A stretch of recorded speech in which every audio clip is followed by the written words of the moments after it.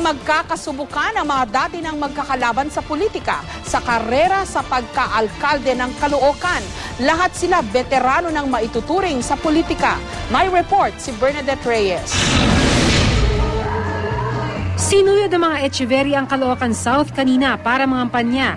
Si RJ na kasalukuyang konsehal ng Caloocan City, tumatakbo bilang mayor kapalit ng amang nasa ikatlot huling termino na.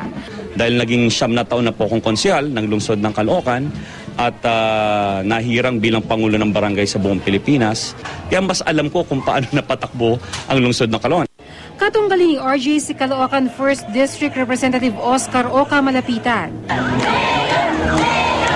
Nasa pangatlot huling termino na si Malapitan sa Kongreso, kaya target naman niya ngayong manungkulan sa City Hall.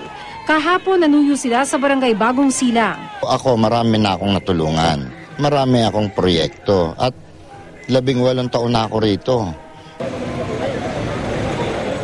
Hindi naman pahuhuli ang matagal ding naging alkalde noon ng Caloocan, si Macario Boy Asisio. Muling tumatakbo ang asawa ni Nadia Montenegro bilang mayor. Nagpakita siya sa publiko kasama ang mga anak. Di palitan sila para walang sakitan at para maging matino. Pang-apat na kandidato sa pagka-alkalde si Dionisio Guillarte. Sinubukan namin siyang hinga ng pahayag pero hindi niya sinasagot ang aming tawag. Bernadette Reyes, GMA News.